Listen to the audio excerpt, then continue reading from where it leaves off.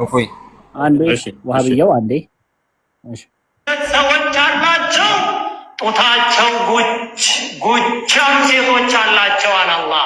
እኔ አላልኩም አላህ ነው ያለው። ወላሂ ያው የማይፈርድ የማይሟሟ ይገኛል የማይጎል ዘላለም ያበጠ ጡት አላቸው።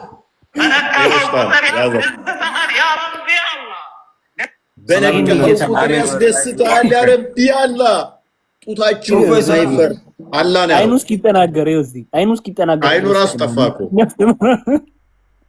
እንዴ አይኔ ይጥፋ። ሰላም እንደናችሁ በምን ይጠፋል? በዝም በደምባሰው ስለዚህ ምንድነው? ኦራይት ርዕሳችን ዛሬ አላህ ይወርዳል ብለው ከሚያምኑት ነህ ወይንስ አላህ ይወርዳል ከሚሉት ነህ ወይንስ አላህ አይወርድም ከሚሉት ነህ? የት ይወርዳል? ምን አውቄ አንዳንዶቹ የኛ አምላክ ለሊት ወደ ቅርቢቱ ሰማይ ይመጣል ይላሉ፣ ይመላለሳል፣ ተመላላሽ ነው ይላሉ። አላህ ይወርዳል የነስሩ ሰላም ኢላ ሰማይ ዱንያ ኩሉ ለይለቲን ኢላ ሰማይ ዱንያ ይላል። ሱና ይወርዳል አንተም ይወርዳል። እኔ በነገራችን ላይ ከአህባሽ ጋር እንዳትተካከል ይወርዳል። በዚህ በዓለም ላይ ከምጠላው ሰው ወይ ፍጡር ካልከኝ አህባሽን ነው። ወላሂ ሁለቴን ነው። እዚህ ያሉት ክርስቲያኖች 3000ዎቹን ይመርጣሉ። አህባሽ ከመርጥ በጣም የምጠላቸው ፍጡር ናቸው። ለምን የምጠላቸው አህባሾችን? የተረገሙ ናቸው። አውቀው አጥማሚ ማለት ነው። ክርስቲያኖች እንኳን አያውቁም። ገብቶሃል? እነሱ እያወቁ እንትን የሚሉ ናቸው። በእናትህ ጥያቄ አለኝ። ሌላ ወሬ አታበዛ። በእናትህ ጥያቄ አለኝ። ጥያቄ አለኝ። ነስሩ ካንተ አይደለም እነሱም እኮ እናንተን እንደዛ ነው የሚሉት እኮ። የሆነ ቪዲዮ እንደውም ቆስጤ አይተዋል። እንደው ይበሉ እንጂ ወላሂ ከአህባሽ ጋር ከምታመሳስለኝ እዚህ ጋር ያሉ 3000 ክርስቲያኖች የሉም እነሱ ይሻሉኛል ከአህባሾች ማለት ነው። ወላሂ ነው የምልህ። አውቆ ስለጠመሙ እነሱ እዚህ ጋር እንኳን አያውቁም፣ ክርስትና ነው የሚያውቁት። ገብተዋል። እነሱ ደግሞ እስልምናን እያወቁ የጠመሙ ቡድኖች ናቸው። እና እንደው ስለ አህባሽ አታንሳና ቶፒኩ ላግባ። ግን እኮ እነሱ መጽሐፍቶቻችሁም ይላል አክቹአሊ ክርስቲያንና አይሁዶችን ከመዋጋታችሁ በፊት አህባሾችን ተዋጓቸው፣ ምክንያቱም እነሱ ለሌሎቹ እንቅፋት ይሆናሉና እነሱን ነው ማስወገድ ቅድሚያ ከመስጊድ ውስጥ ነው የሚለው። የአብደላ አላረሪ እንትና የአብደላ እንትና መሐመድ አብዱልዋሃብ መጽሐፍ ማለት ነው። መሐመድ አብዱልዋሃብ መጽሐፍ እንዲሁም ደግሞ የሼክ ኢብኑ ተይሚያ መጽሐፍ ደግሞ ከአርሽቷ ከሚለው እሱን በሚፈስርበት እንትን በሚልበት ላይ ከአርሽ በላይ አይደለም የሚለውን ሲያነሳ ይህንን እንዲህ የሚሉትን እነኝን ተዋጋቸው፣ አንገታቸውን ቆርጣችሁ ቆሻሻ ውስጥ አሏቸው ነው የሚለው ብሎን ከሆነ ወላሂ የአህባሾቹ ትክክል ነው ብሎ ከሆነ በጣም የምጠላቸው ፍጡር አሁን የምጠላቸው ፍጥረት እነሱ ናቸው። በጣም የምጠላቸው ማለት መጥላት ብቻ አይደለም፣ በጣም አይገልጸውም። ታዲያ አብራችሁ እንዴት ነው የምትሰግዱት? እንደዚህ እየተጠላላችሁ መተው ከሰገዱማ ገቡ ወረኛ እኮ እኛ ጋር እኮ አይሰግዱም። ማሰለ እነሱ ይሳደባሉና መልሰው ደግሞ እኛ ጋር ነው የሚሰግዱት። ነጥቃችኋቸው ነው መጅሊሳቸውን። ኧረ ነጥቀን አይደለም መጀመሪያው ነባር እኮ እኛ እኮ እነሱ በመለስ ጊዜ የመጡ ናቸው እኮ እነሱ ምንም ስለ ሃይማኖት እነሱ ደግሞ እኛ ነን ይላሉ። የምንመለከተው ተመላላሹን አላህ ይሆናል ማለት ነው። ተመላላሹ አላህ እንግዲህ ደጋግመው ሙስሊሞች እኛ ጋር ከሚያነሱት አንዱ ክርስቶስ በስጋ ለምን መገለጥ አስፈለገው? ለምን አምላክ በስጋ መገለጥ አስፈለገው? ለምን መገረፍ፣ መሰቃየት፣ መወለድ ይሄ ለአምላክ እንዴት ይነገራሉ? እንዴት እንደዚህ በስጋ መጥቶ እንደዚህ እንዲሆን ለምን ፈለገ? እንዲሁ እዛ ማዳን ሲችል ለምንድን ነው ይሄ ሁሉ መከራ መቀበል ያስፈለገው? የሚሉ ጥያቄዎችን ይጠይቃሉ። ኦራይት ክሌም ያደርጓቸዋሉ። እኛ እንደነሱ ባናምንም እነሱ ክሌም ያደርጓቸዋሉ። እዛ ሆኖ ማዳን ስለማይችል ነው ወይ እንደዚህ ማድረግ ስለማይችል ነው ወይ ይሄ ሁሉ እንደዚህ ያደረገው ምናምን የሚሉ ክሌሞች አሉ። እነኝህን ክሌሞች ወደ እነሱ ባክፋይር እናደርገዋለን ማለት ነው። እንግዲህ እንደሚታወቀው በውብ አህዮች አስተምሮ መሰረት አላህ ከአርሽ በላይ ነው ተብሎ ይታመናል። 7 ሰማዮች አሉ እንደ እስልምና አስተምሮ 7 ሰማዮች አሉ። ከ7 ሰማይ በኋላ ውሃ አለ፣ አርሹን የተሸከሙ መላእክቶች አሉ፣ ከዛ አርሽ አለ፣ ከዛ በኋላ አላህ አለ ተብሎ ይታመናል። ታዲያ ይሄ አላህ አለ የሚባልበት አካል በየቀኑ የሰዎችን ጸሎት ለመስማት ይመጣል። ወዴት? ወደ ቅርቢቱ ሰማይ። እንግዲህ እንዳልኳችሁ አርሽ አለ፣ ውሃ አለ፣ ሰባተኛ ሰማይ አለ፣ ስድስተኛ ሰማይ አለ፣ አምስተኛ ሰማይ አለ፣ አራተኛ ሰማይ አለ፣ ሶስተኛ ሰማይ አለ፣ ሁለተኛ ሰማይ አለ። እሱን አልፎ እቺ ምናያት ሰማያት ዱንያ ይመጣል እና እነሱ እንደሚሉት ይህንን እነሱ ላይ ምን ብለን እንጠይቃለን? አምላካችሁ ጸሎትን መስማት ስለማይችል ነው ወይ ሁሌም ማታ ማታ ጸሎት ለመስማት የሚመጣው? ጸሎት መስማት በሚመጣበት ሰዓት ላይ የትኛው ዛቱ የትኛው አካል ውስጥ ነው የሚመጣው? ምክንያቱም አላህ ፓርቶች አሉት። እነኛ ፓርቶቹ ሁሉም ይመጣሉ ወይንስ የሚቀሩ ፓርቶች አሉ? እነኝን የምናነሳ ይሆናል። ፕላስ ደግሞ የታይሚንግ ሁኔታ አለ ደጋግሞ የምናነሳው። ኢትዮጵያ ላይ ሲመጣ አሜሪካ ላይስ፣ ካናዳ ላይስ፣ ሌሎች ሀገራት ላይስ አንዱ ጋር ሲመሽ አንዱ ጋር ቀን ስለሚሆን ማለት ነው። እነኝን የምንጠይቅበት አለ። ኦኬ አልሐምዱሊላህ። እፎይ እንዴት ነህ? እንዴት ነው? አለን አለን ይመስገነው። አላህ ይወርዳል ብለህ ታምናለህ? እንኳን እኔ አንተም ታምናለህ እኮ ሁሌ ሐዲሱን ታወራው የለ እንዴ? ስላወራው ታመንኩት ማለት ነው እንዴ? ማለት ያው እንደዛ እንደምናምን ታውቃለህ ለማለት ነው። ኦልራይት። ወዴት ነው የሚወርደው ግን? ወደ ቅርቢቱ ሰማይ። ለምንድን ነው የሚወርደው? አንዴ ጸሎታችንን ሊሰማ ማለት ያ እኛ ባህሪያዎቹ ያው እንድንነሳሳ ነው። በቃ አለ አይደለ? ለጸሎት በዛች ሰዓት ጸሎት የዛች ሰዓት ጸሎት በጣም ተቀባይነት አላት። እዛ ሆኖ መስማት አይችልም። እዛ ሆኖ መስማት አይችልም።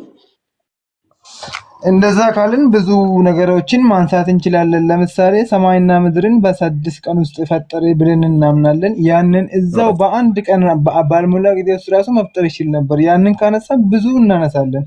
ስላልቻለ አይደለም። ስለዚህ ታዲያ እድሜ ልክ ማለት ሁሌም እንደዚህ መመላለሱ ለምንድን ነው? እሱ ካዳ እንዴ ሁሌ በእኛ ባህሪያዎቹ ወደሱ እንድንቃረብ ነው። እንዴ ዱዓ እንድናደርግ ጸሎት ከእንቅልፋችን በዛች ሰዓት ተነስተን ይህን የሚበረው ውሃ ታጥበን ለሱ ሰግደን ዝክር ዒባዳ አድርገን የዘላለምን ህይወት እንድናገኝ ነው እኮ። ካዳሱ መምጣቱ ምንድን ነው ጥቅሙ? አንተ ራስ ተነስተህ ወደሱ ተቃረብ፣ ወደ እሱ ጸሎት አድርግ፣ ስገድ እንጂ እሱ መመላለሱ ምንድን ነው? እሱ ከአንተ ጋር ምን አገናኘው? ባህሪያዎቹ ተነሳሽነት እንዲኖራቸው ነው። በቃ ገብቶሃል? ኦኬ ለአንተ ተነሳሽነት ሲል እሱ መመላለስ አለበት ማለት ነው። መመላለስ ለሱ በጣም ቀላል ነው። ኦኬ መመላለስ ለሱ ቀላል ነው። መመላለስ ሲባል እንዳንተና እንደኔ አይደለም። እኔ ለምሳሌ ወይ አንተ ዛሬ የሆነ ሀገር በእግርህ ከሄድክ ይደክመሃል። ገብቶሃል? እሱ ግን እንዳንተ አምላክ አይደክመውም። ታውቃለህ? አያርፍም፣ እንቅልፍ አይይዘውም። ይደክመዋል። አላህ እንደሚደክመው ላሳይ እችላለሁ። አሁን ወደ ቶፒኩ እንመለስና ተረጋጋና፣ ሁሌም ወደ ቅርቢቱ ሰማይ ይወርዳል። ኦኬ መቼ ነው መውረድ የጀመረው? መቼ ነው መውረድ የጀመረው? ያ እሱ መቼ እንዲህ በዚህ ሰዓት የተጀመረ ነገር ነው ብሎ እንትን አይልም። ሲጀመር አላህ ይወርዳል። በቃ ባህሪያዎቹን እዚህ ሰው ምድር ላይ ሰው መፍጠር ከተፈጠረ በኋላ መውረድ ጀመረ። ፍጥረትን ከፈጠረ ጀምሮ ነው ሲወርድ ነበረ። አዋ ለምን? ምክንያቱም ለምን እንደሚወርድ አሁን ታውቃለህ አንተ። እሱ የሚወርደው ማን ለምን ሀጃውን የማወጣለት ንገረኛ አንተ። አላውቅም እኔ እንዴ ሐዲሱ ላይ አይደለም እንዴ? ሐዲሱን አውጣ ያላ። ሐዲሱ ላይ አለ እኮ። ሐዲሱ ላይ አለ። ለምን እንደሚወርድ አለ አይደለ? አላውቅም መተበላ። መቼ መውረድ እንደጀመረ ግን አይናገርማ። መቼ መውረድ እንደጀመረ አይናገርም እንዴ። ታዲያ አንተ እኔ እንደዚህ አይነት ጥያቄ ሲጀመር እኮ አይጠየቅም። ለምን ይሄ የፍጡራንን ዱዓውን መቀበል ነው። እዚህ ጋር ጸሎቱን ሊሰማ ነው። ገብቶሃል? እኮ ጸሎት ለመስማት ሆነ እዛው ሆኖ መስማት ይችላል ካልከኝ ለምንድን ነው የሚመላለሰው? ለምን ይመጣል? ኢየሱስ ክርስቶስ ለምን በስጋ ተገለጠ? ሶስቱ አምላኮች ለምን አብርሃም ቤት በስጋ ተገለጡ? እዛው ሆኖ ሁሉንም ነገር ማስተካከል አይችሉ? ስለዚህ እንደዛ የምታምን ከሆነ ለምን ታዲያ ኮሽን ይሆንባቸዋል ክርስቶስ በስጋ መገለጡ?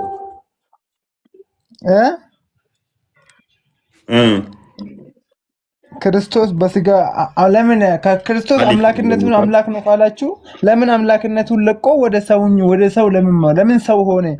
አምላክ ሆኖ ራሱን ማለት አይችልም እንዴ? አልሐምዱሊላህ አምላክነቱን ለቆ ምናምን የሚለውን ተረት ተረት ያዘውና እኛ እንደዛ ስለማናምን አሁን በደንብ አስተውል። እናንተ ክርስቶስ በስጋ መገለጡን ከምትቃወሙበት አንዱ ለምን እዛ ሆኖ አያድንም እንዲሁ ለምን አያድንም የሚል አይደለም ሙግታችሁ። ለምንድን ነው ያንተ አላህ እዛ ሆኖ ማይመራው? ለምን መመላለስ አስፈልገው? ለዛ አይደለም እኛ ለዛ አይደለም ባይ ዘ ዌይ ለዛ ሳይሆን ኢየሱስ ክርስቶስ አንድ መጽሐፍ ቅዱስ ላይ እኔ በስጋ የተገለጥኩ አምላክ ነኝ ያለበት የለም። ብዙ ነገርን ያስተምረዋል። ስለ ዳሌዎች ያስተምረዋል፣ ስለ ጡቶች ያስተምረዋል። ስላሴን ግን ጭራሽ አላስተማረም እሱ። ለምን ትርፍ ጊዜ ሁሉ እያወራ እሱ ካረገ ከስንት ዓመት በኋላ ነው ክርስትና የሚባል ሃይማኖት የመጣው? እፎይ ኦኬ አላህን መስሎ ነው እንደ ስላላ ሜቢ አንድ ሜታርክ የቁርአኑን ኢሳ ከሆነ የቁርአኑን ኢሳ ሱራ 3 አንድ አዳምጥ። ሱራ 3 49 ላይ የሩቁንም የሚደብቁትንም የሚያውቅ ነው፣ ሚስጥር ገላጭ ነው። የሩቁን አዋቂ ገይብ ነገሮች የሚያውቀው ኢሳ ነው አይደለም? የመጽሐፍ ቅዱሱ የቁርአን ኢሳ ራሱ ስለ ዳሌና ስለ ጡት ስለ ወሲብ አላስተማረም። አንድ አይደለም የመጽሐፍ ቅዱሱ አዳምጥ። የቁርአንህ ራሱ እንደዛ አላስተማረም። ስለ ዝሙት ስለ ወሲብ ያስተማረው ማን ነው? አብደላ ሙተሊብ ልጅ ሙሐመድ እዞት የፈጠረው ያ ጭንቅላት የሌለው ሁሌም ከሌሊቱ 1/3 ጸሎት ለመስማት ወደ ታች የሚመጣው አላህ የሚባለው ነው ስለ ወሲብ ያስተማረው። እንዴት ወሲብ ማድረግ እንዳለባችሁ፣ እንዴት ማረስ እንዳለባችሁ ያስተማረው እሱ ነው። ክርስቶስ ስለ ባህሪ አባቱ ተናግሯል፣ ስለ ራሱ አስተምሯል፣ ስለ ባህሪ ህይወቱ መንፈስ ቅዱስ ተናግሯል። እኛ ስላሴ ስንል ምን እንደሆነ ሳታቅ ዝም ብለህ ሮጥ አላስተማረም ወይ? መጨረሻ ትልቁ ትእዛዙ ራሱ ሂዱ አሕዛብን በአብ በወልድ በመንፈስ ቅዱስ ስም እያጠመቃችሁ ደቀ መዝሙርቴ ያደርጓቸው የሚለው ታላቁ የመጨረሻው ትእዛዝ ራሱ ይሄ ነው። በእርግጥ የቁርአኑ ኢሳ ከሆነ የሩቁን አዋቂ ነው፣ ሙታን የሚያስነሳ ነው፣ ለምጻምን የሚፈውስ ነው። የቁርአኑ አላህ ከሆነ ከአርሽ በላይ ሆኖ ጸሎት መስማት ስለማይችል ከሌሊቱ 1/3 ሁሌም የሚመላለስ ነው። ጭንቅላት የሌለው አይዶን ነው፣ ይኑር አይኑር አይታወቅም። እግር አለችው፣ እጅ አለችው። እጁን መጥቶ እንዲዘርግቶ ኖ እጁን እንደዚህ ዘርግቶ እንደለማኝ ማነው ምሕረት የሚጠይቀኝ እያለ የሚለምን ነው። ይሄ ደግሞ ሜታፎር ሳይሆን ሊትራል የሆነ እጁን ይዞ መጥቶ የሚዘረጋና የሚለምን ነው። ቅርቢቱ ሰማይ መጥቶ እጁን ይዘረጋል አይደለ? አልሐምዱሊላህ። ያንተ አምላክ ጠላ እንደሚጠጣ ታምናለህ? እሺ አሁን የተጠየቀው መልስ። ወላሂ አይ ጠላ እንደሚጠጣ ታውቃለህ። ስለዚህ ወደ ቅርቢቱ ሰማይ መጥቶ ይሄ የሚለምነው ጸሎታችሁን እዛ ሆኖ መስማት ስለማይችል ነው ወይ? ሐዲሱን አንድ ያንብበው ቆስቴ።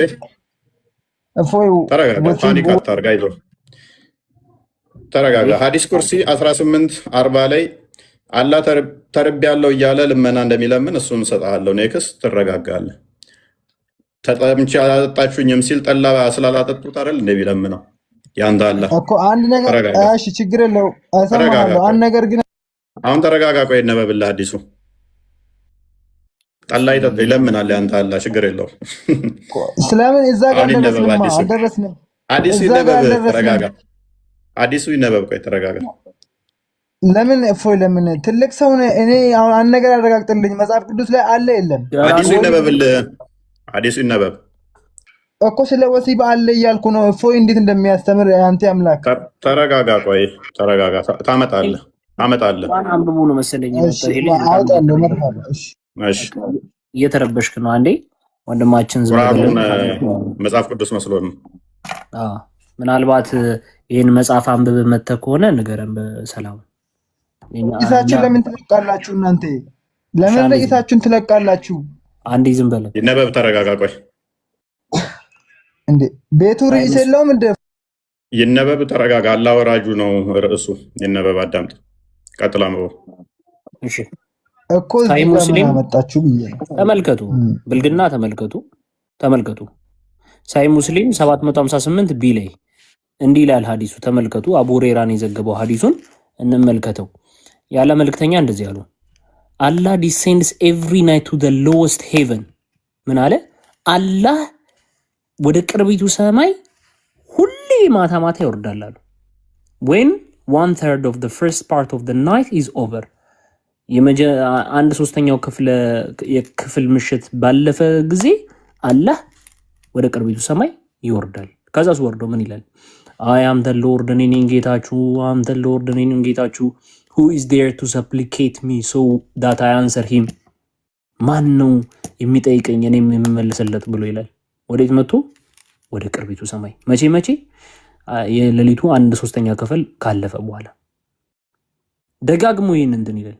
ከዛ በኋላ who is there to beg me ማን ነው የሚለምነኝ so that I grant him ከዛ ስን የምመልስለት የምሰጠው ይላል። ይህን እያለ ማን ነው ምህረት የሚጠይቀኝ የምምረው እያለ እስከምን ድረስ እንትን ይላል። he continues like this till the day breaks። ቀኑ እስከሚያልፍ ድረስ ምን ይላል? እንዲህ እያለ ይቀጥላል። የዋሃቢዮች አምላክ የሙስሊሞች አምላክ። ኦኬ አልሐምዱሊላህ። እሺ ይሰማል።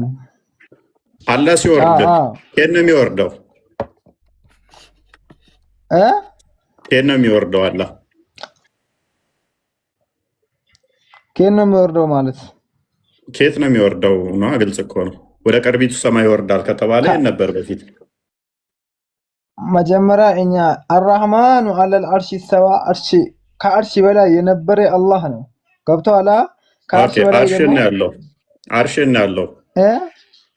አርሽ ነው ያለው። ከሰማይ በላይ ነው ያለው። ከሰማይ በላይ ነው ያለው አርሹ መጨረሻ ማለት ነው። ማስረጃ አላህ ደግሞ ወላሁ ደግሞ ማስረጃ አርሽ ከሰማይ በላይ ነው የሚል አርሽ ከሰማይ በላይ ነው የሚለውን ሐዲሱን ችግር የለውም አለ ሐዲሱ። አሁን ዝግጁ ባልሆነ ለምን ይሄ አንተ ሳታነብ አይደለም ባይዘው አይ ሳታነብ አይደለም ምን ቁርአን ላይ የለም ወይ እንዴ? ይሄ ማለት ደግሞ ሐዲስም ቁርአንም እኮ እኛም ያው እንትን መመሪያችን ነው ታውቃለህ ነው እንዴ? አሃ ይሄን ማወቅ አለብህ። ያንተ አምላክ ወርዶ አብርሃም ቤት ሄዶ ስጋ በልቶ ጠላ ጠጥቶ አሉ አፎይ እኛ የሚወርድ የሚወጣ የለንም። አይዞህ አትበሳጭ። ቆይ ጥያቄ ካለ ይመለስ። አብርሃም ቤት ሄዶ መሰሉ አይ ጎበዝ፣ እንኳን እሱንም ማመንክ። ስለዚህ ምን እያለን ነው ወንድማችን?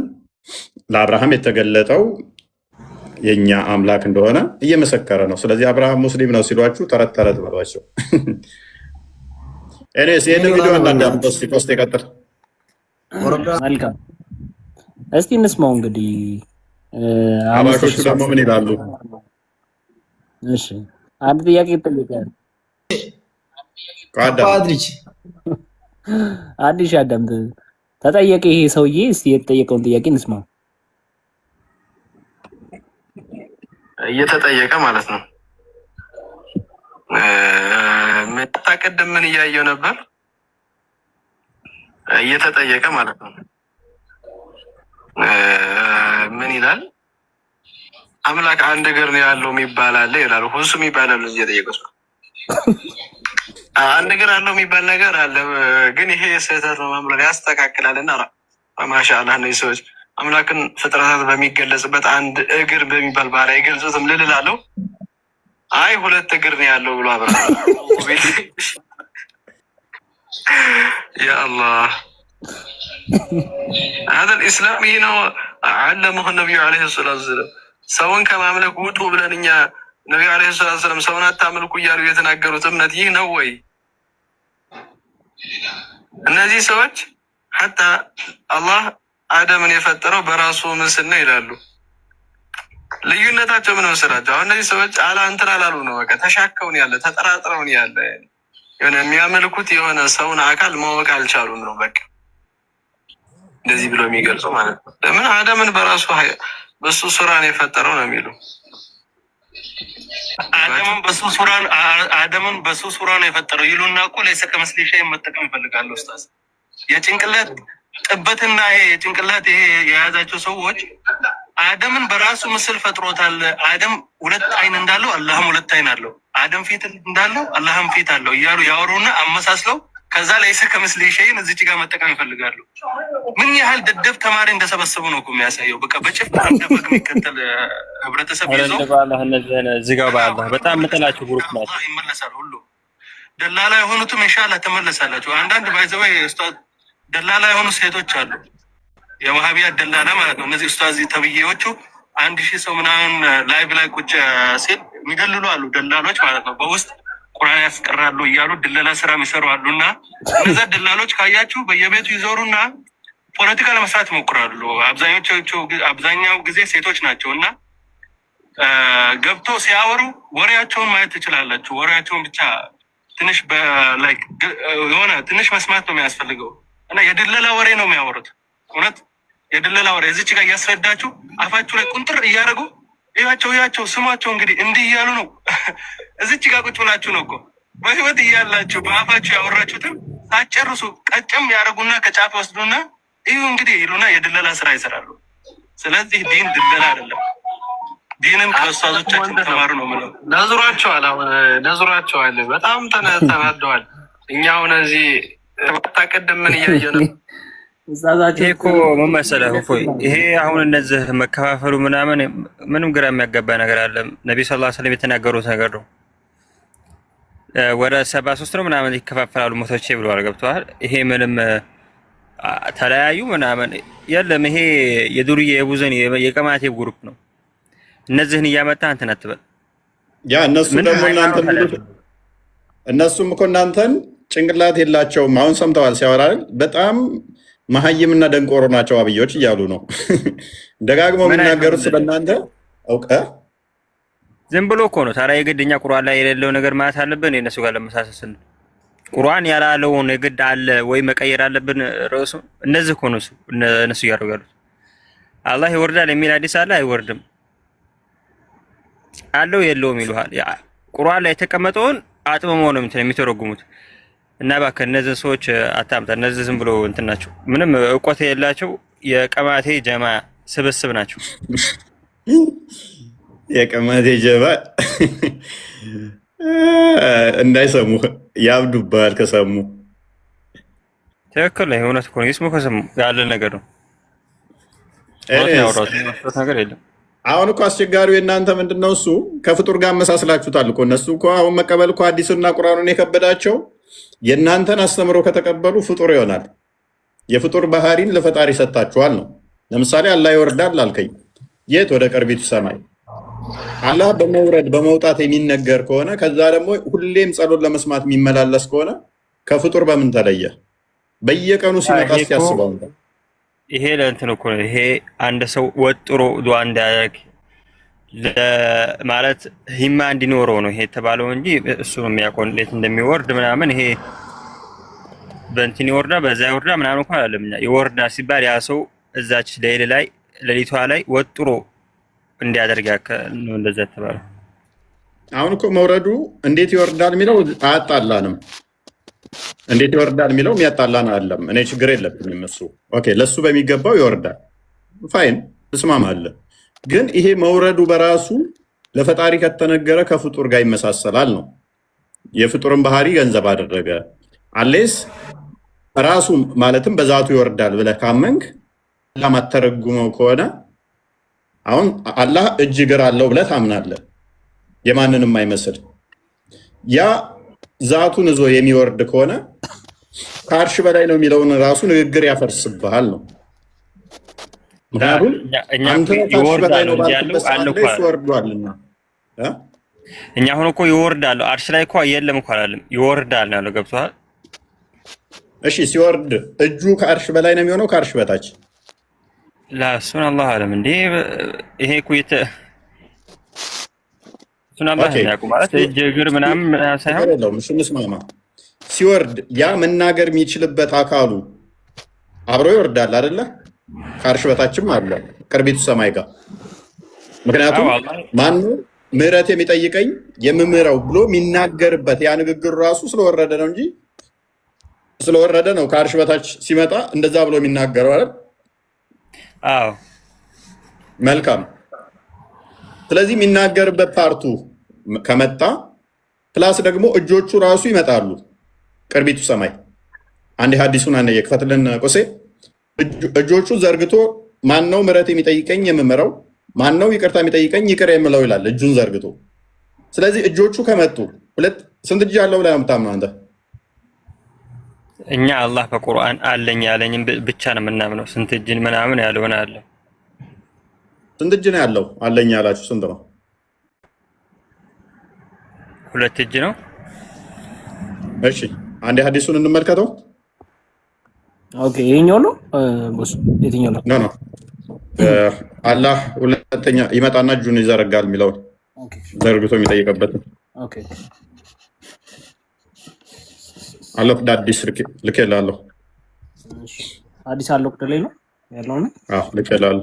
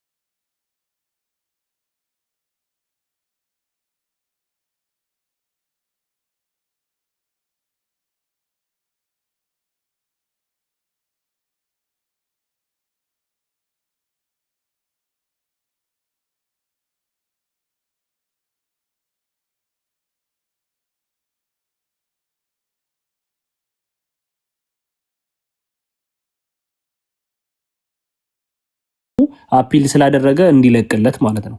ሁላችሁም እንደዛ አድርጉ። ጉድ ላይፍ የልብ ቅርጽ ቲክቶክ ሳይን በእንደዛ አድርገን እናጠፋለን። ችግር የለውም። ምንም እነሱ የፈለገውን ቢለፉ ምንም አያመጡም። ወደ እርሳችን መሄድ እንችላለን። ኦኬ መሐመድ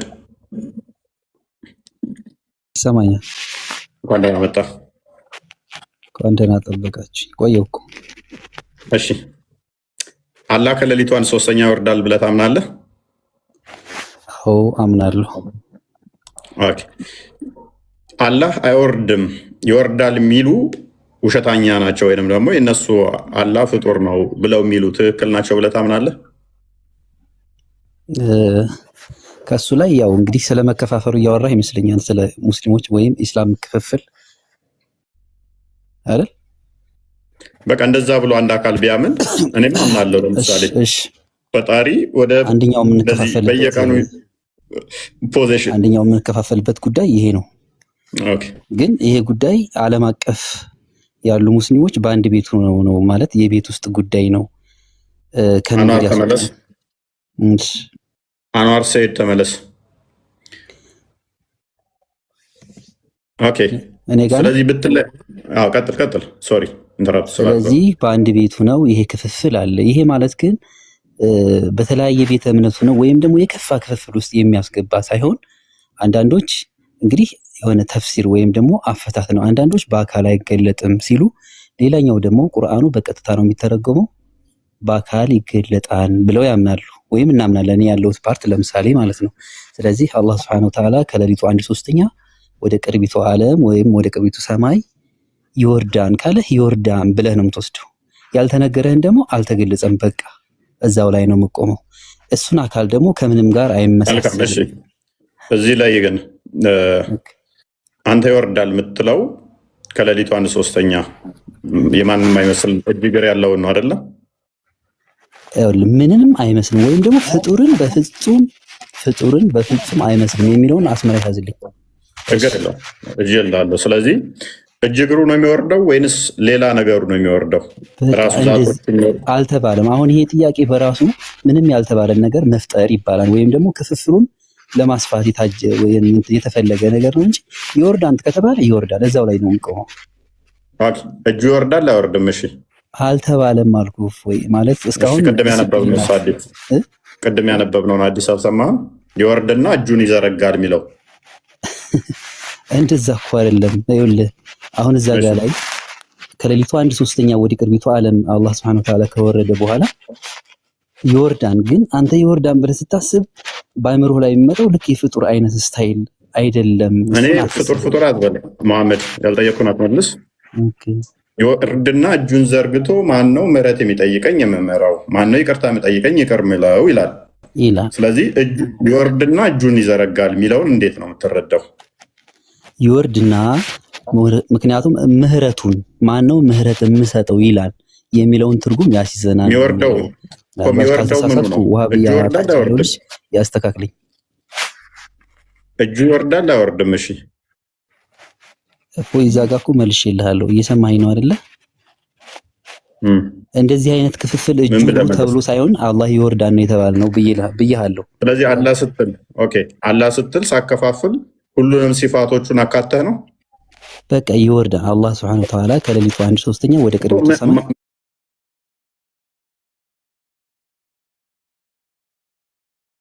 ግማሹ ነው የሚወርደው፣ ሁሉም ነው የሚወርደው። እንደዛ ተብሎ አልተገለጸም ብዬ ልድገምልህ።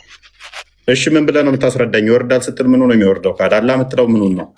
ይኸውልህ ምእምናኑ ወይም ደግሞ አማኞች በዛች ጭር ባለው እሱን ምህረት አልጠየቁም። አላህ ይወርዳል ስትል ምኑ ነው የሚወርደው? በአካል ይወርዳል። በአካል ይወርዳል። ስለዚህ በአካል ይወርዳል ስትል ሁሉም አካሉ ነው የሚወርደው ወይንስ ግማሽ አካሉ? እንደዛ ተብሎ አልተገለጸም። እፎይ ተረዳኝ እባክህ። ስለዚህ ሁሉም አካሉ ይወርዳል ማለት ነው። በቃ ይወርዳል ነው የተባልነው እንጂ እዛ ክፍፍል ውስጥ ምንም የተገለጸ ነገር የለም። ተስማማው። ስለዚህ ሁሉም አካሉ የሚወርድ ከሆነ በዛን ሰዓት ላይ አላህ ነው የሚሆነው። አላህ ላይ ነው የሚሆነው። በአካል ይወርዳል ብለኸኛል። ወደ ቅርቢቱ ሰማይ አልንቁ። ቅርቢቱ ሰማይ ማለት ከሁለተኛይቱ ሰማይ በታች ያለችው ሰማይ ዱንያ ምናያት ሰማይ ነች። ያው በለው እንግዲህ ወደ ቅርቢቱ ሰማይ ማለት እሷ ነች እንዳገላለጽ። መልካም። ስለዚህ በአካል ያስተካክለኛል። ችግር የለውም። በአካል ስለዚህ እዛ ሰዓት ላይ ቅርቢቱ ሰማይ ጋር ይመጣል ወይንም ደግሞ ይወርዳል። ይመጣል ስለ እኛ ከታይ ስላለን ነው። ስለዚህ ወደ ቅርቢቱ ሰማይ ይወርዳል። ኦልራይት። በዛን ሰዓት ላይ አላህ ነው የሚሆነው። ቅርቢቱ ሰማይ እኮ አለ። ደጋግሞ ቴንኪው። አላህ ነው ደጋግሜ የጠየቅኩት። በዛን ሰዓት አላህ ነው የሚሆነው አልኩት። ቅርቢቱ ሰማይ አለኝ። ስለዚህ አላህ ከአርሽ በላይ ነው የሚሉት እየዋሹ ነው ማለት ነው። በዛን ሰዓት አልተዋሸም። እዛ ላይ እናብራራ። መለስክልኝ እኮ ምን ታብራራለህ? ደጋግሜ ጠየቅኩ 3 ጊዜ። በዛ ሰዓት ላይ አላህ ነው የሚሆነው ብዬ ስጠይቅ ከአርሽ ላይ እኮ ይወርዳል ተባለው። እፎይ አዳምጠኝ እንዴ አይደለም። ደጋግሜ በዛን ሰዓት ላይ አላህ ነው ብዬ ስጠይቅህ ከአርሽ በላይ ቅርቢቱ ሰማይ ላይ ይህን ነው። አሁንም ደግሜ ስልህ አላህ ይህን ነው በዛ ሰዓት ላይ ስልህ ቅርቢቱ ሰማይ ደጋግሜ ነገርኩህ እኮ አትረዳም እንዴ? እኔን እስከምትቆጣኝ ድረስ ያውም ማለት ነው ምናያ ሰማይ ጋር እዚህ ነው ያለው ብለህ አልከኝ። ስለዚህ አንድ ሰው በዛን ሰዓት ተነስቶ አላህ ከአርሽ በላይ ነው ቢል እየዋሸ ነው ማለት ነው። አላህ ከአርሽ በላይ ሳይሆን ቅርቢቱ ሰማይ ላይ ነው በዛን ሰዓት። ምክንያቱም አሁን አንተ በራስህ መጨመርና ነጥብ ማስጣል ነው የምፈልገው አይደለም። በቃ ያልተባለውን ነገር ለምን እንላለን? የታዘዝነውን ነገር ብቻ ነው መቀየረዋለህ። ከቀየርክም ደስ ይለኛል። ለመቀየርክም ያልተባለ የምትለው ከዋደ አሁን አንተ ይኸውልህ ክፍተት ብቻ ነው የሆነ ሰው ነጥብ ማስጣል የሆነ አጨብጫቢ እናንተ ዶክተሪኑ ነው ያስበላችሁ። አይደለም፣ በጣም ተሳስተሃል። ሩቅ ስህተት ማለት ነው። አድርጌ ይሁን። እሺ ሌላ ጥያቄ ካለ ሂድ። ተበላ በቃ ከዚህኛው ላይ ደን እኔስ እስቲ ሙባረክ ይቀጥል፣ ሙቤ ይቀጥል። እስቲ ሙቤ ቀደም ብሏል እንግዲህ ይመስለኛል እያላችሁ ራሳችሁን አጽናኖሽ ሂድ።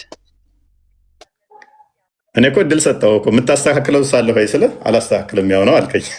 ስለዚህ አየው በቃ እውቀት እዚህ ደረስን ማለት ነው። እኔና አንተ ላስተካክለው ብትል ሌላ ስህተት እንደሚመጣብህ ሜይ ቢ የተረዳኸው ይመስለኛል።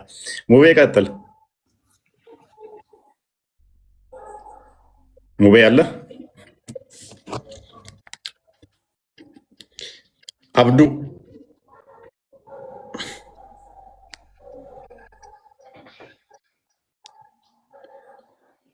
እሺ መመለስ የሚችል ማን ነው? እሺ ከገባችሁት ውስጥ መመለስ የሚችል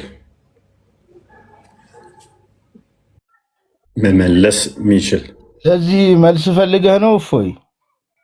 ያ ቀጥለው ሁሱና እነሱ ኢምራን ጋር ሰው ሊጠራ ነው። ሰው ጥራ ቢሉት ምን ጥራ ቢሉት ምን ጠራሉ? እነሱ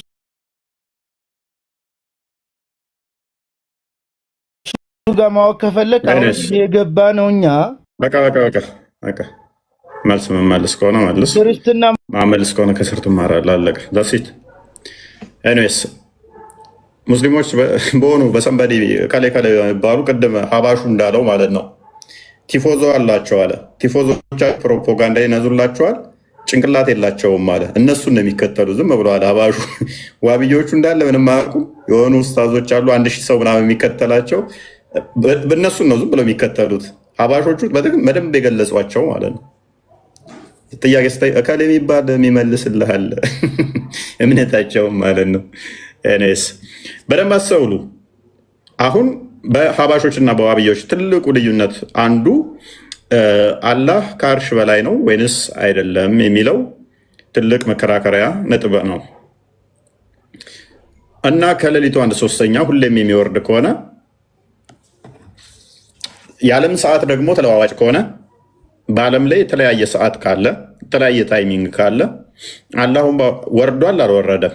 በድፍረት አሁን ተነስቶ አንዱ አላህ ወደ ቅርቢቱ ሰማይ አልመጣም ማለት ይችላል? በዚህ ሰዓት አላህ ወደ ቅርቢቱ ሰማይ አልመጣም ይላል?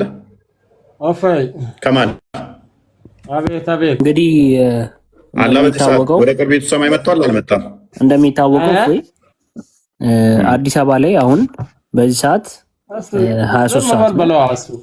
አንዴ ቆይ ከማል 23 ሰዓት ነው። ዱባይ ላይ 00 ነው። ኒውዮርክ ላይ 16 ሰዓት ነው። አሁን እንትን አውስትራሊያ ላይ 4 ሰዓት ነው። ተመልከቱ። እንትን ላይ ይሄ ደግሞ ቺሊ ላይ 1 ሰዓት ከ37 ነው። ሜክሲኮ ሲቲ 14 ሰዓት ከ07 ነው። ሳውዝ አፍሪካ ደግሞ 22 ሰዓት ነው። በየትኛው ሰዓት አቆጣጠር ነው አላህ የሚወርደው? እንግዲህ አሁን ላይ ያለውን ነው። አይ ቲንክ አላህ እየወረደ ነው መሰለኝ። አውስትራሊያ እዚህ ጋር ነው። ዱባይ ላይ 00 ነው። ምን ሰዓት? ይኸው 00 ነው ዱባይ። ይሄ ያንተ አረዳድ ነው። አላህ እኮ በሁሉ ነገር ቻይ ነው። እሱ ያውቃል በእንዴት እንደሚወርድ ማለት ነው። አይ እንዴት ይወርድ ግን ይወርድላቸዋል አይደለ? በሰዓታቸው። አዎ አቤት የፈይ እስቲ ደስተኝ። ኦኬ ቀጥልሽ። ከማል እንኳን ደህና መጣ። እንኳን ደህና ቆየህ። መልካም። አላህ አሁን ወርዷል አልወረደም? ይወርዳል እንጂ ኦኬ። ስለዚህ አሁን ወርዷል። አሁን ወርዷል አላህ። ሁሉም በአካል ከሰው ጋር ነው እኮ እሱ። በአካል ከሰው ጋር ነው ሁሌም። ኦኬ። ስለዚህ የት ነው ከሰው ጋር ነው ሁሌም በአካሉ ስትል? ምድር ላይም አለ? እንዴት ሁሌም በአካል ከሰው ጋር ነው ስትል? ሁሌም ይወርዳል። ኦኬ። ስለዚህ አላህ ሁሉ ቦታ ነው ያለው? ሁሉም አለ። አላህ ሁሉም አለ። ሁሉም ጊዜ አለ። ኖ ሁሉም ጊዜ አለ የለም አይደለም እኮ እኔ አላህ በሁሉ ቦታ አለ ብለህ ነው የምታምነው? አይ ዶንት ኖ ፖይንት አልገባኝም እያልክ ያለው። በሁሉም ቦታ አለው አላህ። በሁሉም ቦታ አለ። ኦኬ። ስለዚህ በሁሉም ቦታ አለ አላህ የሚያውቅ ሰው ጋር አላህ ያለው ከአርሽ በላይ ነው የሚሉት። ስለዚህ ስህተተኛ ናቸው። አንዴ ሰው መቀመጫ እኮ ነው። ምን ነው አንተ ሁሉም ሌላ ጥያቄ የለም እንደ አንተ ጋር ብዙ ጊዜ እጅ የለም እግር የለም በአካል ይመጣል በምን ይመጣል እንደ ሌላ ጥያቄ የለም እንደ አንተ ጋር እችን ተጠየቅኩ። በቃ እችን ብቻ ነው የማውቀው። ስለዚህ አላህ ሁሉ ጋርም አለ ከሁሉ ጋርም በአካሉ አለ አይደል? እስቲ ይቅርታ አድርግልንና አንድ ብቻ አዳምጠኝ። እሺ አላህ እጅ አለ እግር አለ ምል እሱ ፈጣሪ ነው እንጂ ፍጥረቱ አይደለም። ይሄ ታውቃለህ እንዴ? እሺ ወይም ደግሞ አንተ ምሳሌ ልብስ አለ ነገ ለብሶ የምትወጣ ሰው የሚያሰዋል እንዴ? የለም። ወይም አንተ ምግብ ትበላለህ እንበል፣ አንተም ትበላለህ። ነገ ምን እንደምትበላ አንተ ማን ነው የማያውቀው? ኢሳ ያውቃል። ቁርአን ወይም ይሄ እበላለሁ ነገ ይሄ እበላለሁ ነገ እንደዚህ ያደርጋለሁ። ፈጣሪ ምጠይቅ ማን አለ ብለህ ታምናለህ አንተ? አሁን ምሳሌ እስቲ አንድ ነገር እግዚአብሔር አለ እንበል። ዛሬ ምን ለበሰ? ይኸው እስቲ አዳምጥ። እግዚአብሔርም ዛሬ ምን ለበሰ? እሺ ይቅርታ እስቲ አዳምጥ አንተ። እሺ አንተ አሁን እግዚአብሔር አለ እንበል። ምን በላ ምን ጠጣ ዛሬ ምን በላ ምን ጥያቄ ይሆናል ወይም እንዴት ምን ላባሰ ዛሬ ምን በላ ዛሬ እንደዚህ ጥያቄ አለ እንዴ አንተ ጋር? አንተ አይደብርም? ብዙ ጊዜ ሌላ አትጠይቀው። ይወርዳል የሚለውን እኮ ነው የጠየቁ ነው። ይወርዳል ብለህ ታምናለህ አይደለ? ሌላ ሰማይ አርሽ ላይ አለ አሉ። እሺ እንደዛ ከሆነ እጅ አለ እግር አለ ምን አስጠየቀ? ይሄ በቃ አለ ካለ አይበቃም? ኦኬ አለው እንዴ? እያጣራው ነው አለው የለውም የሚለውን ምን ነው? እጅና እግር አለው የለውም? ሊኖርም ይችላል ላይኖርም ይችላል። እሱ ያንተ አምላክ አለው የለውም? እሺ አላህ አለው። የፈጠረ ማን ታዲያ ካለ እጅ ካለ አንተ ዘም በል። ከሱ ጋር እያወራን እንዴ? ያ ጣልቃ አትግቡ። ስለዚህ አሁን ያ አላህ እጅ እግር ያለው ይወርዳል አይደለ? ይወርዳል። ወዴት ነው የሚወርደው? ወደ መሬትም ይወርዳል። ኦኬ ወደ መሬትም ይወርዳል። መሬት የት ድረስ ነው የሚመጣው? ኢትዮጵያም ይመጣል ወይስ ሳውዲ ብቻ ነው የሚመጣው? ሳውዲ እኮ እዛ የተፈጠረን ሰው ነው፣ እዚህም የተፈጠረ ሰው ነው፣ ሌላ ቦታም የተፈጠረ ሰው ነው። አሁን ስለዚህ አለ ይቅርታ አድርግ አንድ አዳምጥ እስኪ። እሺ በማልክ እኮ እንደ ሳውዲ ይመጣል ወይን እዛ ይመጣል ወይን እዚህ ይመጣል። አንተ ምሳሌ ጥፋት የምታሰራ ሁሉ ቦታ ጥፋት ወይን እንትንም ደጉም ክፉም ብታሰራ አንተ ሌሎችም ሁሉንም አላህ ይፈራል። በምን ስትል እሱ እርግጠኛ ነው ማለት ነው። አንተም ታውቃለህ ይሄንን። ሳውዲ ይወርዳል እዚህ ይወርዳል መሬት ይወርዳል ካለ ሁሉም ቦታ እሱ ጋር እንዴ? ስለዚህ አላህ መሬት ድረስ እሺ እጅ እግር አለው መሬት ይወርዳል መሬት ድረስ ይመጣል። መሬት ይወርዳል ካለ የት ይወርዳል የምል ጥያቄ።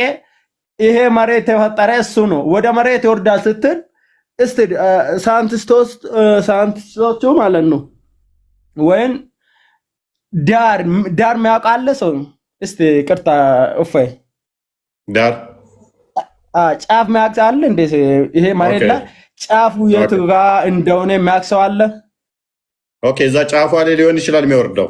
እሺ ኩል አይደለም። እስቲ ወደ መሬት ይወርዳል ካለ በቃ ሁሉንም ሳውዲ አረቢያ እዚህ ኢትዮጵያ ወይም እዚህ አይባልም። በቃ ይወርዳል ካለ ይወርዳል።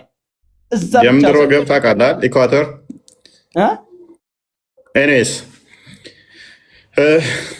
መልካም ወደ ምድር ይወርዳል። በየቀኑ ነው የሚወርደው ወይንስ አንዳንዴ ብቻ ነው የሚወርደው? ወደ አንዳንዴ ብቻ የሚወርደው ሁሌም ነው የሚወርደው? ሁሌም ይወርዳል እንጂ። ለምንድን ነው የሚወርደው? የሚወርድበት ምክንያት ምንድን ነው? ለምንድን ነው አላህ ወደ ምድር የሚወርድበት ምክንያት ምንድን ነው? አሁን አንተ ገብተህ ስንት ሰዓት ነው የምተኛ አንተ? እስኪ እኔማ ደስ እንዳለኝ አንዳንዴ 5 ሰዓት ተኛለሁ፣ አንዳንዴ 7 ሰዓት፣ አንዳንዴ 4 ሰዓት፣ አንዳንዴ 9 ሰዓት፣ አንዳንዴ 8 ሰዓት ከኔ ማይተኝ ጋር እዛው ሁሌም ይወርዳል። እሺ እሱ ይወርዳል። አንተ እስቲ ሌሎቹስ እሱ መለመንና እንዳንተ መተኛ ሰው ለማጣራት ነው የምወርደው እኮ። የሚተኛውን ሰው ለማጣራት ነው የሚወርደው። ደስ ይላል። መጡ ወደ ሌላ ቦታ አትሂዱ። እስቲ ሌሎቹ እስቲ ዝም በሉ እስቲ በእናታችሁ። አንድ እንትኑ ለእኔ ሰጣ መሰለኝ።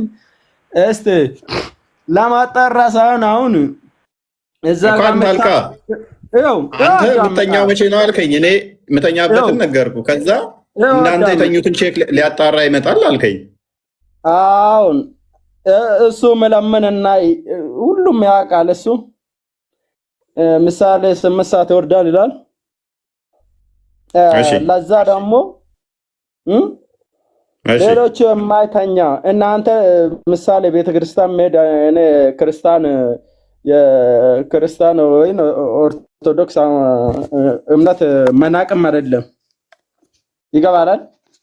እሺ እነሱ ስግድ ገብቶ እዛ ቤተክርስቲያኑ ገብቶ ላስግድ ምሳሌ ሌሎቹ ገብቶ ስተኛ ሌሎቹ ደግሞ እዛ ገብቶ ይሆናል። እነሱን ሊያይ ነው የሚመጣው። ለምንድን ነው እነሱን ለማየት ይመጣል። እና የተኛና እዛ እዚህ ገብቶ የተኛና እዛ ቤተክርስቲያኑ ጋር እስቲ ቤተክርስቲያኑ ገብቶ እየጸላ የነበረ ቅዳሴ ላይ የነበረ አንድ ናቸው? አንድ አይደሉም። እና ማን ነው ማጣራ? እሱ ለምንድን ነው ታዲያ እነሱ ገብቶ ጠዋት ማየቱ ለምንድን ነው? ስለዚህ በእግር መጥቶ አይቷቸው ነው የሚያጣራው። ማን እስቲ አንተም ተው፣ ሌላ ቦታ አትሄድ። ማን ነው ማጣራ? እዛ እንዳደረ ማን ነው ማጣራ? ነጥቡን የምሰጠው ማን ነው? ፈጣሪ ነው ያውቃል። ፈጣሪ ነው። የኛም ለሱ ነው የምመጣው እንጂ እዛ ሳውዲ አረቢያ። ስለዚህ የተኙትንና ያልተኙትን መጥቶ በእግሩ ምድር ላይ አይቷቸው ይሄዳል ማለት ነው። ከተኛ ነጥብ ይቀነስባል፣ ከተነሳ ደግሞ እንትን ነጥብ ይሰጣል። ማን ነው እሱ ጋር ያለና የለ? በዛ አሁን ምሳሌ በዛ ጊዜና ሌላ ጊዜ እንትን ምሰጥ ይለያያል።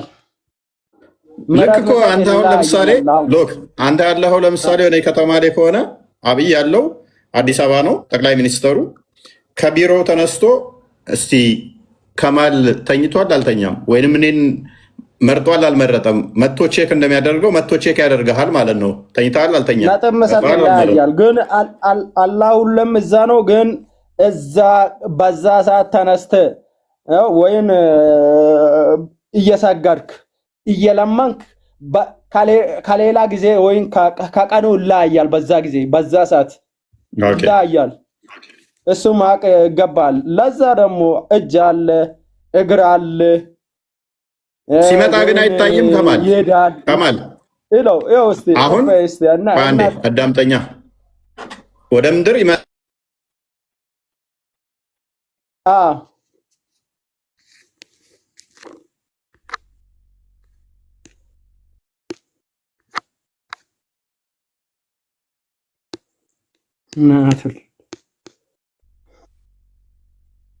አቤት ይሰማኛል። ማክ አላውን መታላውን ቀጥል። መልካም። ወደ ቅርቢቱ ሰማይ አይመን ወደ ምድር እግርም አለው እጅም አለው ይመጣል ብለህናል አይደለ? በፈለገ ሊመጣ ይችላል። አላ በፈለገ ቀን ነው የሚመጣው ወይንስ ማታ ማታ ብቻ የሚመጣው? ቀን ነው የሚመጣው ማታ ማታ ብቻ የሚመጣው? ማታ ነው የሚመጣው። ኦኬ። ሰው አይቶት ያውቃል? ግን ሲመጣ ያየው ሰው አለ ወይንም ሳይታይ ነው የሚመጣው? እስቲ ይቅርታ እዛ ጋ አንድ ጥያቄ ልጠይቅህ። እሺ። ሰይጣን አለ ወይስ የለም? አለ። በምን አየክ? እንዴት ነው መልኩ? እንዴት ነው? እግር አለ፣ እጅ አለ፣ እንዴት አየክ? እስቲ ያየ ሰው አለ? አይታይም ሰይጣን። አላህም እንደዛው ነው። አይታይም ይመጣል ግን አይደለ? ከማል አለውኝ አለ።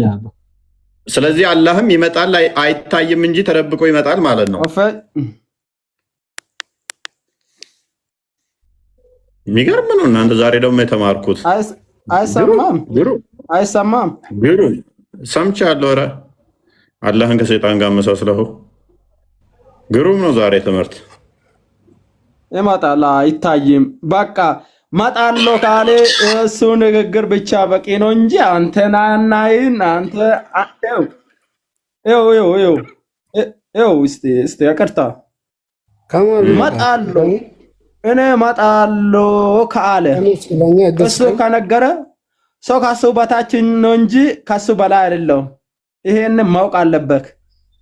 ሁላችንም ማወቅ አለባችሁት። አይደክመውም በዚህ መጣል ከማል እንዴት ይመጣል? አይደክመውም ከማል አይደክመውም ሁሌ ሲመጣ ያየ የሰማሁት ሐዲስ እኮ የኛ አይደለንም። ገብቶሃል? አንዳንዶች አሉ ግን ይህንን ሐዲስ አንቀበልም የሚሉ ምን ትላለህ? እነሱን አላህ ይመጣል የሚለውን አንቀበልም የሚሉ አሉ። ምን ትላለህ ስለነሱ? አይደክምም አላህ ይደክመዋል አይደክመውም ሲመላለስ? ማን ደክማል? እስቲ በእናትህ አይደክመውም? ይደክማል ስትልስ እስቲ ማለት በየቀኑ የሚመጣ ከሆነ ወደ በየቀኑ የሚመጣ ከሆነ ሜቢ ይደክመው እንደሆነ ብዬ አላህ አይመጣም የምል አንዳንዶቹ አላህ አይመጣም ይላሉ። ምን ትላለህ? እነሱን ወደ ምድር አይመጣም ውሸት ነው ይላሉ። ምን አልከኝ?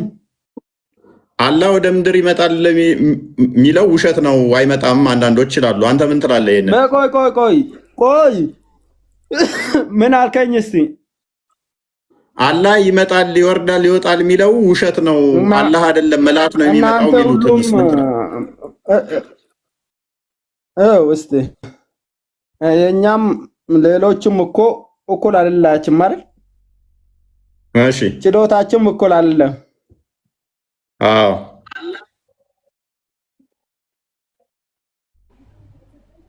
መላእክቱም ይመጣል። መላእክቱም እኮ አንተ ጋም አለ እኔ ጋም አለ። ስለዚህ አላህ ነው ወይስ መልአክ ነው የሚመጣው? ደጉም ስሰራ ምጽፍ አለ። ይሄ አላህ አይመጣም ውሸት ነው መልአክ ነው የሚመጣው የሚሉትን ምን ትላለህ? መልአክም ይመጣል አላህም ይመጣል። የሚመጡ ግን ይለያያሉ። አንተ ክፉ ሲሰራ አላህ መጥቶ እኮ ጽፎ አይድም መሰጠም መልእክት ነው። ይሄንን ማወቅ አለበት። አንተ ደግሞ አሁን የሆነ ነገር ሲሰራውን ሰው ግደል ብትል አጽያት ነው አይደል? አጽያት ነው። ሄሎ አይሰማም? አዎ እያልኩ አጽያት መሆኑ አንተም ታውቃለህ። ሌላ ሳይነገር ራሱ አጽያት መሆኑ ታውቃለህ እንዴ? ለዛ ሁለተኛ ጊዜ አለ ብለህ አትጠይቀኝ። ይቅርታ። እሺ አልጠይቅም። በቃ ወደ ሌሎች ልለፍ። ታጁ እንኳን ደህና መጣ። ምን አስጠየቀ ፈጣሪ? ምን አስጠየቀ ፈጣሪ? ይሄ ምድር ፈጠረ። አንተ ምሳሌ የእናት ሆድ ውስጥ ምግብ ባልተህ ታውቃለህ? እንዴት ተኝታል? ይኸው እስኪ ከማል በቃ አንዴ ይሞቃል ብሎ ብጠይቅ የለም። ኧረ ቆይ በቃ ከማል አንዴ ምን ማንም መመለስ ሰው የለም። ይሄንን ታውቃለህ። ለዛ ለሁለተኛ ጊዜ እጃ ፈጣሪ እጅ አለ፣ እግር አለ፣ ጣት አለ። ጣቱ እንዴት ነው? እንደዚህ ብለህ አትጠይቀኝ። ከይቅርታ እኔ ማስጠላኝ ብዙ ነገር ከፈይ። ኧረ ከማል ኧረ ተው በህግ አምላክ። አንዴ ቆይ ታጁን ልመልስ እያለ ነው። የታጁን መልስ እንስማ። አስቆምከው ሚዩታውን እንትን አይልም አስቸገረን። ኔስ እሺ፣ እንኳን ደህና መጣ። እንዴት ነህ? ደህና ነህ? አለን አልሐምዱሊላህ። ምን ብለው መልካም አላህ ይወርዳል ብለህ ታምናለህ? አንተስ ምን ትላለህ? እፎይ በእናንተ ይወርዳል ምን ይላል? ይወርዳል አይወርድም ይላል። በእናንተ እምነት አላህ ይወርዳል ወይስ አይወርድም ብላችሁ እናንተ? አይ ለሊት ይወርዳል የሚል አስተምሮ የለንም እኛ። እሺ ሌላ ጊዜስ? በሁሉ የሞላ ነው። በሁሉ የሞላ ነው። አይወርድም ወይስ ይወርዳል ነው እናንተ? በሁሉ የሞላ ነው አልኩህ እኮ። እሺ ትንቢተ ኢሳይያስ ምዕራፍ 19 ቁጥር 1 ላይ ምን ይላል? በእናንተው ምን ይላል? ምን ይላል? አስረዱኝ። ቅድሚያ የራስን መልሰው። አንድ ስለሆነ እኮ ነው ምላሹ እዛ ጋር ስለምታገኘው ነው። እፎይ ለሊት ይወርዳል ይላል። አዎ ምን ላይ? ትንቢተ ኢሳይያስ ምዕራፍ 19 ቁጥር 1። ኦኬ ለሊት ከምሽቱ 1/3 ይወርዳል ይላል። እሺ መጽሐፍ ቅዱሳችን ከፍተኛ እዛ ምላሹ ስላለ ክፈትለት ወስዴ ክፈትለት።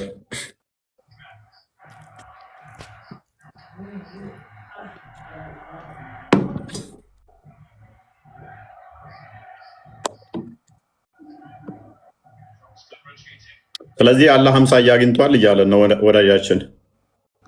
አቤት አልኩ ሰላም ወራህመቱላሂ ወበረካቱ። 50 አግኝቷል።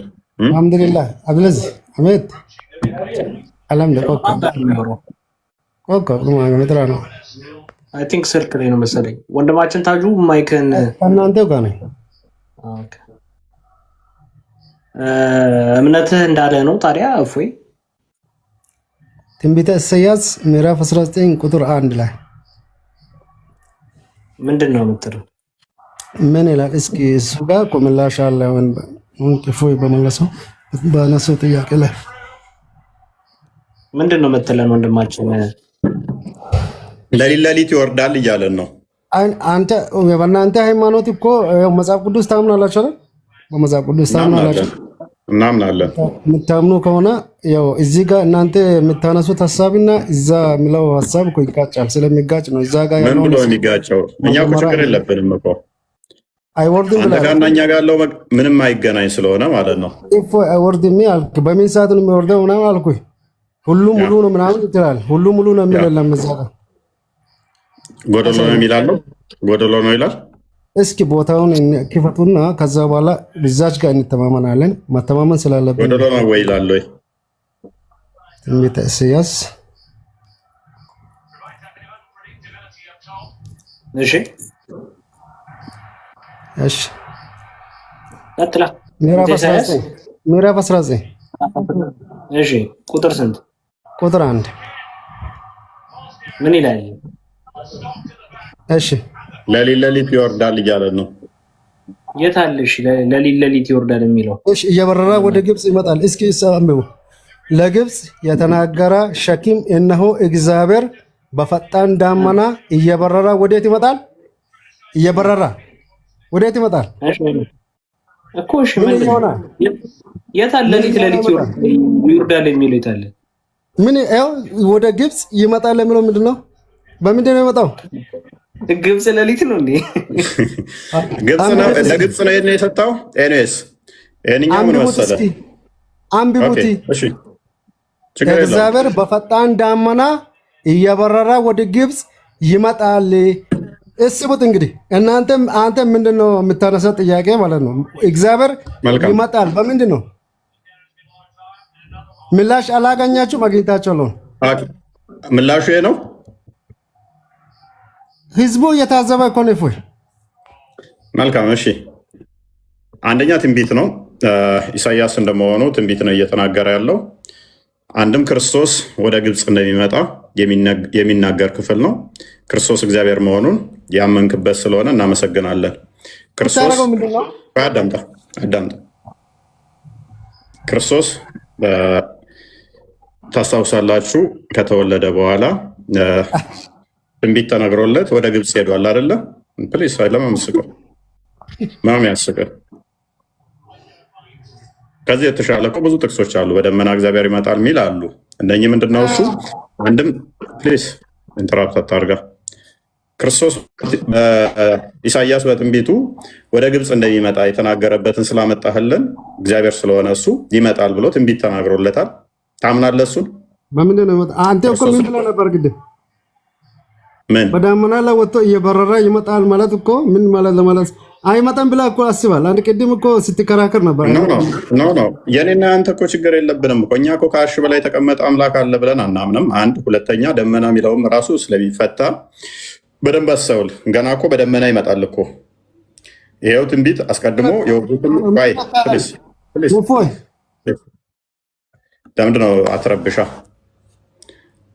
እንዴ?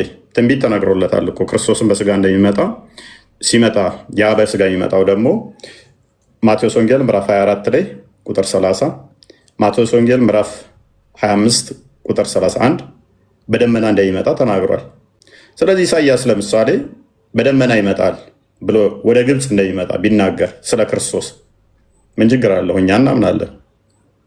ክርስቶስ በስጋ ይመጣል፣ ያ የሚመጣው ደግሞ በደመና ይመጣል ብሎ ትንቢት ተናገረለት። ክርስቶስ በነሳው ስጋ ወደ ግብፅ ተሰዷል፣ ወደ ግብፅ ሄዷል።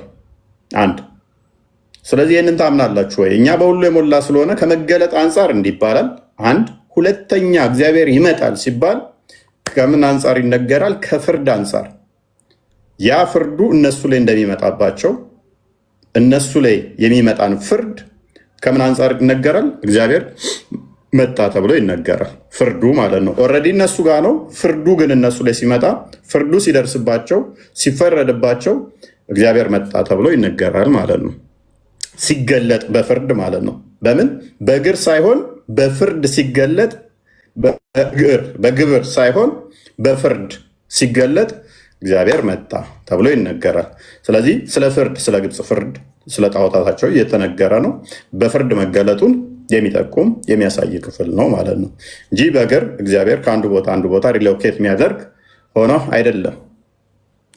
ኤኒዌይስ ስለዚህ ይህንን እንደዚህ ካየን የአንተ ግን እንደዛ አይደለም። ኦልሬዲ አስቀድሞ እዛ የለም ብለህ ስለምታምን ማለት ነው። ወደ ቶፒክ መልሰው። መልካም። እዚህ ጋር ወንድማችን ታጁ የተናገረው ነገር አለ። እንግዲህ እንደምትመለከቱት የሙስሊሞች አምላክ በየሌሊቱ አንድ ሶስተኛ ክፍል በሚቀርብ ጊዜ በብሽት ሰዓት ይወርዳል ብሎ እንደበት የሚናገረውን አንተ የሚውጥ አታደርግም፣ እንደፈለከ ታዳምጣለህ። ነገር ግን ጥያቄዎች የሚያመጣውን ሰው ሚውጥ ታደርጋለህ። ሮጠ ቻሌንጅ እያደረክ ከሆነ እሺ እኮ ቻሌንጅ እያደረክ አንዴ ቻሌንጅ እያደረክ ከሆነ በየትኛው ሰዓት አቆጣጠር ነው አምላክ የሚወርደው? እኔ ምን አዳምጣ፣ ይህችን ጥያቄ በአግባቡ መመለስ መቻል። በየትኛው ሰዓት አቆጣጠር ነው? አንድ እርምጃ እኔ ያለሁበት ቦታ አሁን እየመሸ ነው። ዝም ብሎ እኔ ጋር አሁን ራስ ለጠቀሙ ጥያቄዎችን አንስታችሁ ዝም ብላችሁ ታወራላችሁ። ግን በቀላሉ በእናትህ እንደ እንደነሱ አዳምጥ እንጂ። እንግዲህ ተመልከቱት፣ የሙስሊሞች አምላክ ምን ይወርዳል? የሌሊቱ 1/3 ክፍል ባለፈ ሰዓት ይወርዳል ያለ። የሌሊቱ 1/3 ክፍል ባለፈ ሰዓት ማለት ያ ምን ማለት ነው? ኦልሞስት ወደ ሌሊት 9 ሰዓት ምናምን ማለት ነው። ስለዚህ በዚያ አቆጣጠር አሁን እንግዲህ ተመልከቱ፣ አዲስ አበባ ላይ 23 ሰዓት ከ33 ነው። ስንት ማለት ነው? 5 ሰዓት ተኩል ማለት ነው። ዱባይ 6 ሰዓት ተኩል ነው። ኒውዮርክ 16 ከ34 ነው። አውስትራሊያ 4 ሰዓት ከ30 ነው። ቺሊ 2 ሰዓት ከ4 ነው። ሜክሲኮ ቀን 14 ሰዓት ከ34 ነው። ሳውዝ አፍሪካ ደግሞ ማታ 22 ሰዓት ከ34 ነው። ተመልከቱ፣ የተለያየ ሰዓት አቆጣጠር አለ። ስለዚህ ይህ አላህ በየትኛው ሰዓት አቆጣጠር ነው ወደ ቅርቢቱ ሰዓት በየትኛው ሀገር ሰዓት አቆጣጠር ነው ወደ ቅርቢቱ ሰዓት የሚወርደው? ወደ ቅርቢቱ ሰማይ የሚወርደው በየትኛው ሀገር ሰዓት አቆጣጠር ነው? ከመሀላችሁ አንድ ሰው ማይክ ከፍቶ እንዲመልስልን እንፈልጋለን። ይሄን መልሱልን። አወራረዱ እንዴት እንደሆነ አናውቅም ምናምን ብላችኋል። መልሱልን። ረመዳን ማይክን ክፈት። ረመዳን እስቲ እየሰማችሁ ነው አለው። የት ሀገር ነው አንተ ያለው ወንድማችን? እኔ ኢትዮጵያ ነው ያለው። ኢትዮጵያ ላይ እንደምታየው እንግዲህ አዲስ አበባ አካባቢ ነህ? አዎ ወደዛ ነኝ። እሺ ከምሽቱ 23 ሰዓት ከ35 ነው። 5 ሰዓት ከ35 ነው አይደል? አሁን እናንተ ጋር አላህ በእናንተ ሰዓት አቆጣጠር ነው ወደ ቅርቢቱ ሰማይ የሚወርደው? እሺ ይህንን ጥያቄ ለመመለስ እሺ የሞት መላእክት የለም በእናንተ? ምን ያገናኘዋል ብራዘር? አይ ሰዓቱን ልነግርህ ነው እንዴት እንደሆነ። እሺ ንገረን። ያው ሰዓቱን አንተ ቀጥል። የሞት መላእክት አለ ወይስ የለም? አሁን በእናንተ የሞት መላእክት የሚባል ነገር የለም? ራስን ችለህ መልስ ብራዘር። እኮ ጥያቄውን እኮ እኔ እኮ እየጠየኩ ያለሁት እኮ ጥያቄውን እንድመልስልህ ነው። ጥያቄ እየጠየኩ ያለሁት ምንድን ነው የሚያገናኘው ነው? እኔ እኮ ስለ ሰዓቱ ነው የጠየኩህ እኮ። ሰዓቱን ልንገር አልከኝ። ሰዓቱን ልነግርህ እኮ ነው። የሞት መላእክት በእናንተ ካለ እኔም ጥያቄውን ጠይቄ አዎ ካለ ችግር የለውም። እሺ በእናንተ የሞት መላእክት ስላለ ሙሳ በቦክስ አይኑን ያጠፋው ስላለ ችግር የለውም። አውቀዋለሁ። ቀጥል እኮ የሞት መላእክት አለ ወይ በእናንተ የሚለውን መልስልኝ። እሺ ኮንስታንቲኖስ እባክህ እኔ ችግር የለውም። አይኑን የጠፋውን የሞት መልአክ እናንተን ስለማውቀው ቀጥል አልኩህ እኮ። እኔ እኮ አሁን እኮ እየጠየኩህ ያለሁት ጥያቄ ነው እኮ። ከዛ መልሱን ለመልስልህ ነው ብራዘር። እሺ ቀጥል። አለ አዎ ቀጥልሽ። እኔ ያለው እሺ የሞት መላእክት እሺ ሁሉ ሰው ሲሞት በየትኛው ሰዓት ነው እየሄደ ያለው ነው የሚለውን ጥያቄ መልስልኝ። እሺ አይታችኋል። ዋሃብያ ማለት ይሄ ነው። ሰዓቱን ልንገር አለኝና የሞት መላእክት የሚመጣው አሁን የኔ